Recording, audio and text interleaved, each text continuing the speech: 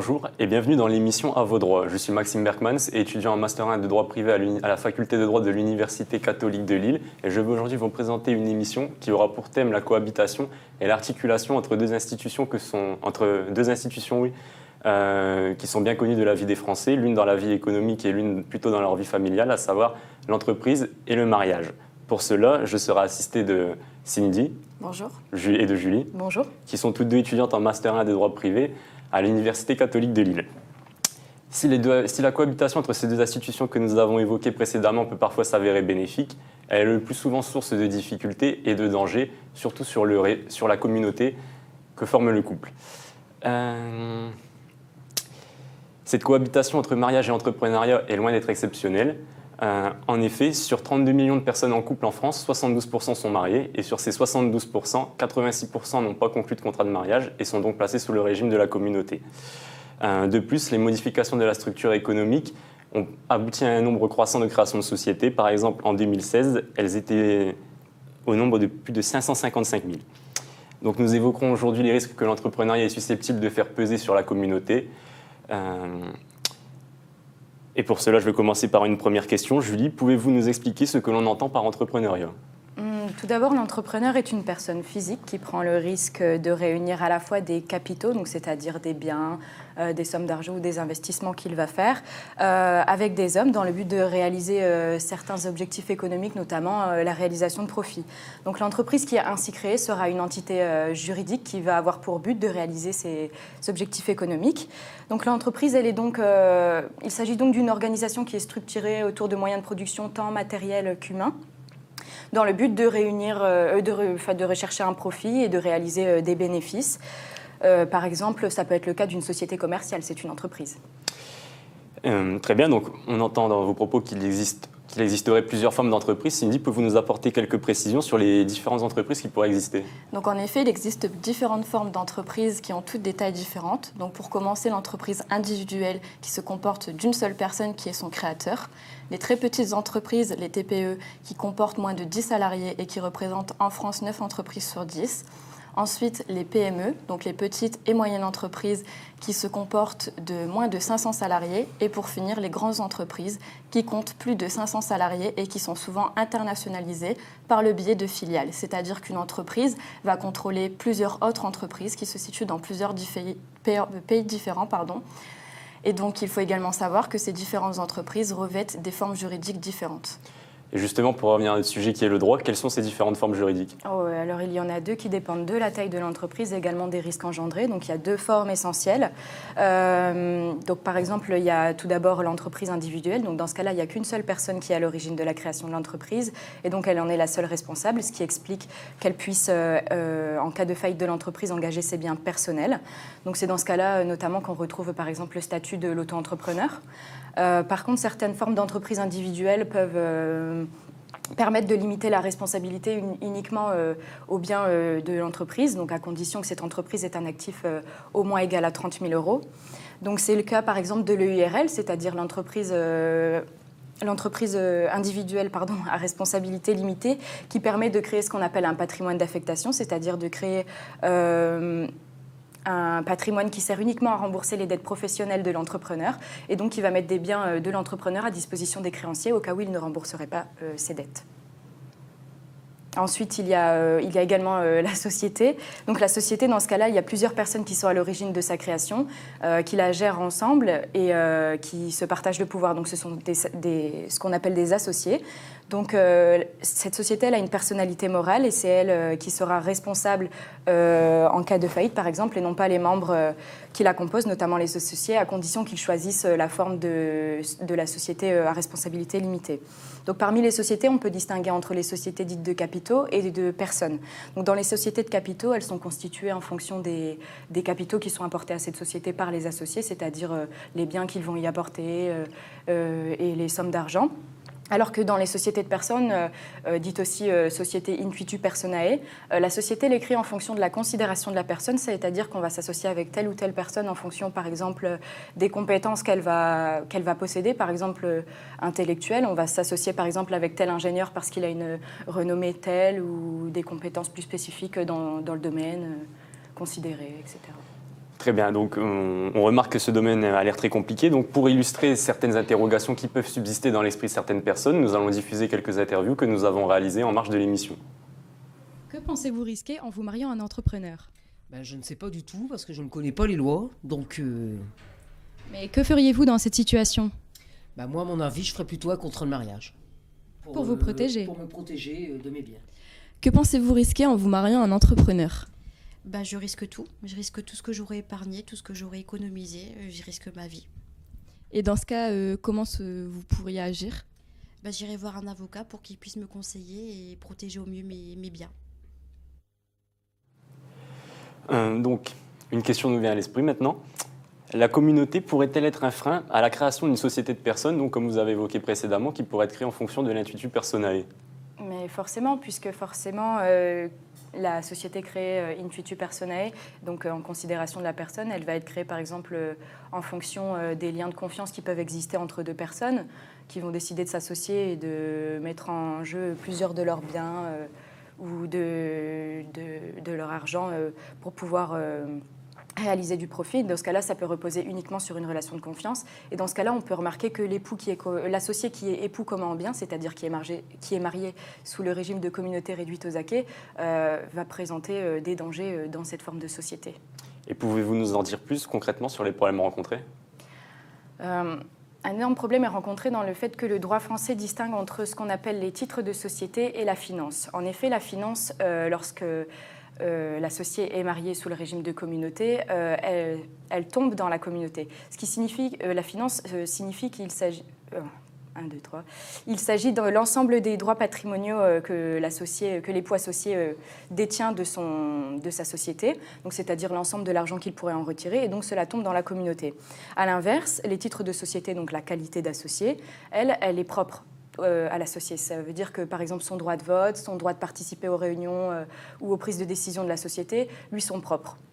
Par contre, on peut voir qu'il y a un risque d'immixtion du conjoint de cet époux associé, même si c'est indirect, puisque par exemple, comme les biens deviennent communs pour la plupart, un époux associé qui voudrait apporter un bien à cette société ne pourra pas, puisqu'il devra recueillir obligatoirement le consentement de son conjoint. Il s'agit donc d'une immixtion qui est indirecte, certes, mais qui serait malvenue dans une société créée intuitu personae, puisque par définition, on ne veut pas de la participation à la gestion de la société de ce conjoint.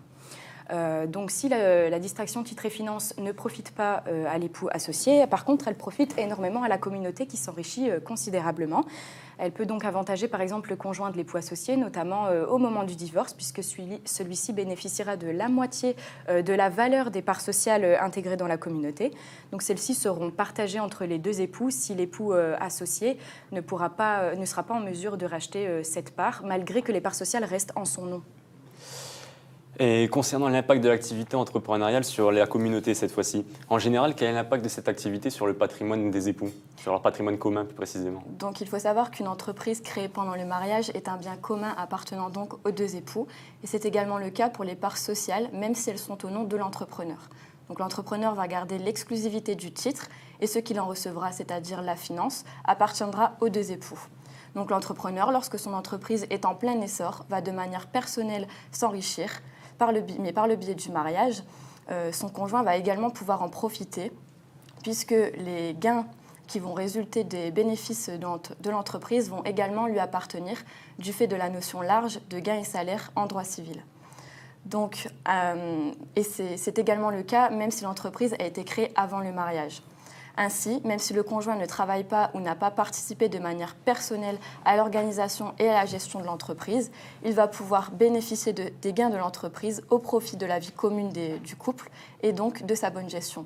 Par exemple, si le couple décide d'acheter une voiture et que le conjoint de l'entrepreneur n'a pas contribué à l'achat parce qu'il n'a pas ou peu de revenus, eh bien, la voiture sera donc achetée avec les gains de l'entreprise, mais le conjoint de l'entrepreneur pourra également l'utiliser puisqu'ils seront tous deux propriétaires de la voiture.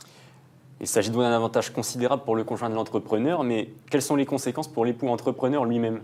Donc, comme vous le dites, c'est vrai que c'est un avantage pour le conjoint, mais ça peut être également un inconvénient majeur pour l'entrepreneur, puisque l'entreprise qui a été acquise pendant le mariage sera considérée comme étant un bien commun. Et même si son conjoint n'a pas participé de manière personnelle à son organisation et à sa gestion, elle sera divisible par moitié entre les époux en cas de divorce, par exemple. Mais dans ce cas, comment l'entrepreneur peut-il espérer conserver son entreprise? Pour pouvoir conserver la disposition de son entreprise, l'entrepreneur devra verser en argent donc, la valeur qui correspond à la moitié de l'entreprise à son ex-conjoint, puisque c'est ce dont il dispose sur l'entreprise pour pouvoir conserver son exclusivité. Donc ceci se justifie puisqu'acquise pendant le mariage, l'entreprise est présumée avoir été acquise avec des deniers communs, c'est-à-dire appartenant aux deux époux. Cependant, il y a des situations où, par exemple, l'entrepreneur a acquis des biens pendant le mariage avec les gains de l'entreprise exclusivement, mais comme ils sont considérés comme étant communs, il pourra les perdre et donc perdre son patrimoine financier d'une manière plus considérable et personnelle. Je me tourne maintenant vers vous, Julie. Que se passe-t-il pour le conjoint face aux procédures collectives professionnelles donc subies par l'époux entrepreneur? Le fait d'être marié à un entrepreneur comporte des risques pour son conjoint commun en bien, puisque ce conjoint il va subir par ricochet les effets de la procédure collective, tant que ce soit envers ses créanciers que dans ses pouvoirs sur la communauté. Et en quoi la procédure collective impacte-t-elle les pouvoirs de l'époux commun en bien sur ses biens? C'est bien commun donc. Oui, donc dans le régime de communauté, le Code civil prévoit que les époux ont un pouvoir concurrent sur ce qu'on appelle les biens communs. Donc ces biens communs sont soumis à un pouvoir concurrent, ce qui veut dire que les deux époux peuvent librement administrer ou disposer de certains biens communs, donc librement. Donc, cependant, lorsque l'époux entrepreneur subit une procédure collective, donc notamment dans le but d'aider son entreprise à retrouver une bonne situation économique, donc c'est par exemple le cas lorsqu'il subit une liquidation judiciaire, cette procédure collective fait que les biens communs entrent dans son actif, ce qui signifie qu'ils sont désormais insaisissables, ils font l'objet d'un dessaisissement. De ce fait, lorsque l'entrepreneur est marié sous le régime de la communauté, il perd ses pouvoirs de disposition et d'administration sur ses biens communs, mais son conjoint également. Ce qui veut dire que ni l'un ni l'autre ne pourront par exemple vendre leurs biens à leur guise ou les faire fructifier. Tout cela sera réservé à l'administrateur judiciaire qui décidera seul du sort de ses biens communs. Et quels sont les effets de cette procédure collective donc, sur les créanciers du conjoint de bonis? De ce fait, comme le conjoint de l'entrepreneur perd ses pouvoirs, il ne pourra donc pas les utiliser, par exemple, pour rembourser les dettes qu'il a contractées à tel ou tel créancier. C'est-à-dire, le créancier, c'est une personne à laquelle une somme d'argent est due ou une prestation. Donc dans ce cas-là, s'il n'a pas assez dans sa masse de biens personnels, c'est-à-dire les biens qu'il gère de manière personnelle et de manière libre, qui lui appartiennent à lui seul, il ne pourra pas rembourser ses dettes envers ses créanciers, puisque les biens communs font l'objet d'un dessaisissement et donc ne pourront être utilisés pour rembourser ses dettes. De la même manière, les créanciers ne peuvent pas attenter aucune action en justice, par exemple, pour saisir tel ou tel bien qui serait commun, puisqu'il fait l'objet de la procédure collective. Donc il s'agit réellement d'un cercle vicieux pour les deux époux, puisque leur patrimoine économique, du moins celui qui est commun, est réellement immobilisé. Donc les créanciers du conjoint sont également soumis à la procédure collective. Très bien. Cindy maintenant. La communauté peut-elle souffrir de l'activité du conjoint entrepreneur? Donc lors de la création de l'entreprise, des biens ou leur industrie lui sont apportés pour réaliser un apport à celle-ci, donc par les personnes qui la constituent, dont l'entrepreneur. Donc ces biens ou leur industrie sont apportés en vue de partager le bénéfice ou leur économie qui en résultera. Ce partage se fera entre les associés et l'entrepreneur.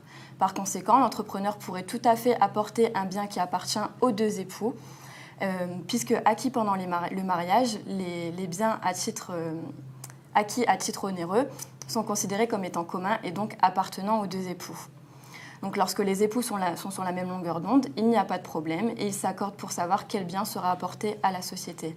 Par contre, il faut apporter une nuance puisque l'article 1424 du Code civil précise que les époux ne peuvent l'un sans l'autre apporter certains biens ou les vendre, comme par exemple l'exploitation, le fonds de commerce ou un immeuble. Et dans le cas d'un désaccord entre les époux, que se passe-t-il pour les biens apportés à la société?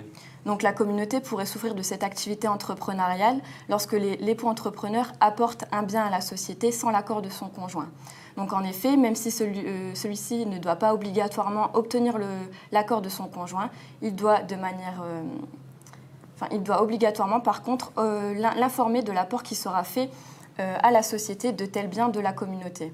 Donc une simple information suffit et en l'absence de cette information, ça pourrait être très préjudiciable pour son conjoint puisque l'apport fait à la société pourrait s'assimiler à un appauvrissement du fait du retrait de tels biens de la communauté, d'autant plus que les deux époux ont les mêmes pouvoirs sur tous les biens communs. Et donc on peut voir ici que du coup le formalisme est très léger, ce qui peut paraître surprenant et très dangereux pour les biens qui sont partagés entre les époux. Mais dans ce cas, comment l'époux non informé peut-il contester cet apport à la société? Donc si le conjoint de l'entrepreneur se rend compte que son époux a apporté un bien à la communauté sans l'en avoir informé, il peut demander l'annulation de cette opération et donc l'apport qui sera fait sera considéré comme étant nul.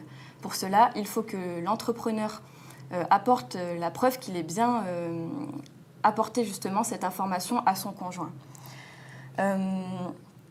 Donc il faut savoir que la gestion concurrente entre les époux leur permet à tous deux d'assurer justement différents types d'actes de gestion sur leurs biens communs.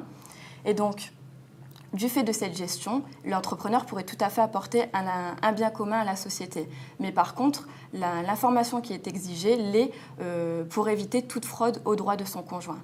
Ensuite, si le conjoint de l'entrepreneur déciderait d'accepter l'apport qui sera fait à la société, il pourra ensuite bénéficier du statut d'associé et par conséquent de la moitié des parts sociales qui seront souscrites ou acquises. Dans ce cas, Julie, que préconisez-vous dans de telles situations? Bon, il existe des solutions à la fois pour protéger la communauté, donc lorsque les époux souhaitent quand même garder le régime matrimonial qui est la communauté réduite aux acquets, mais aussi l'activité entrepreneuriale de l'époux concerné. Donc assurément, le contrat de mariage, dans ce cas-là, il apparaît comme l'outil indispensable pour pouvoir protéger les intérêts communs des époux et garder leur patrimoine économique stable durant leur communauté de vie. Et plus concrètement, comment peuvent-ils protéger leur communauté de biens?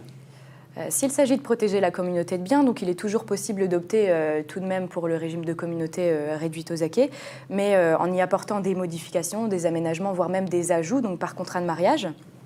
Donc à condition toutefois par contre de respecter les règles du régime primaire. Donc ce régime primaire, il s'impose à tous les époux, quel que soit le choix vers lequel ils se sont tournés concernant leur régime matrimonial et qui s'applique aux effets des différents mariages, donc peu importe le régime matrimonial. Donc dans ce cas, les époux, ils peuvent choisir en amont du mariage, c'est-à-dire plus précisément avant la célébration du mariage, de rédiger un contrat de mariage qui s'appliquera à leur union et qui comportera les modalités régissant leur union les plus adaptées selon les époux. Mais est-il toujours possible de réadapter le régime matrimonial au cours du mariage? Oui, donc lorsque l'un des conjoints crée son entreprise pendant le mariage ou s'associe à une société pendant le mariage, il y a deux cas à distinguer. Donc soit il y a un contrat de mariage qui préexiste et dans ce cas-là, il sera possible de le modifier pendant le mariage en respectant certaines conditions. À l'inverse, si un contrat de mariage n'a pas été prévu en amont du mariage, celui-ci pourra quand même être créé pendant le mariage, mais à condition de respecter une procédure qui peut s'avérer lourde, coûteuse et parfois longue. Donc dans ce cas-là, la meilleure façon de se protéger face aux risques qui ont été cités tout au long de cette émission, c'est tout de même d'anticiper et de créer le contrat de mariage en amont de la célébration du mariage. Par contre, si le contrat de mariage n'a pas été créé et que un des époux crée son entreprise, dans ce cas-là, il sera toujours possible de créer le contrat de mariage puisque le régime de communauté, il s'applique automatiquement aux époux qui n'ont pas fait de choix exprimé envers un tel ou tel régime matrimonial. Donc c'est pour cela qu'à ce stade, les époux pourront alors choisir soit de modifier le régime légal de communauté puisqu'ils y sont soumis jusque-lors, mais ils peuvent également opter pour un tout autre régime matrimonial en créant le contrat de mariage tels que le régime de séparation de biens, par exemple, alors même qu'ils étaient antérieurement soumis à la communauté. Donc on voit bien que grâce au contrat de mariage, les époux ils peuvent soit anticiper en amont du mariage, soit modifier, voire même créer un nouveau régime matrimonial pendant le mariage, afin d'éviter tous les risques cités dans cette émission et de conserver leur patrimoine économique à l'abri de tout danger. Cindy, au vu de toutes les difficultés que nous avons déjà évoquées, pensez-vous que l'activité professionnelle d'un entrepreneur puisse être un frein aux valeurs fondamentales du mariage? Non, il faut savoir que le couple est basé sur une solidarité, que ce soit tant financière que morale. En cas de difficulté, les époux se doivent mutuellement secours et assistance. Donc ils doivent assurer les besoins de la vie familiale selon leurs facultés respectives, ce qui passe par la contribution aux charges du mariage. Donc, si l'entrepreneur n'était plus à même de travailler, par exemple, son conjoint devra donc subvenir aux besoins familiaux et assurer le paiement des dettes. C'est ce que l'on appelle la solidarité ménagère. Et comment se manifeste-t-elle concrètement? Concernant les dettes, elles doivent avoir pour finalité de garantir l'entretien du ménage et l'éducation des enfants, comme par exemple les loyers. C'est également le cas pour les cotisations retraite. C'est à la suite de difficultés, l'entrepreneur ne peut plus travailler, par exemple, dû à une maladie ou à la faillite de son entreprise. Son conjoint devra assurer le paiement des cotisations, puisqu'elles permettent d'assurer au titulaire l'entretien du ménage et le bénéfice d'une partie de la retraite lors du décès de l'entrepreneur.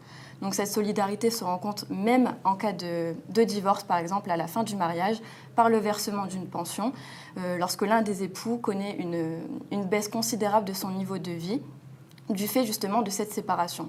Donc la solidarité est un devoir et quelle que soit l'activité professionnelle des époux, ils doivent se soutenir dans tous les aspects de leur couple. Eh bien, écoutez, merci d'avoir répondu à toutes nos questions, merci d'avoir suivi cette émission, j'espère que ces éclaircissements vous auront aidé et voilà.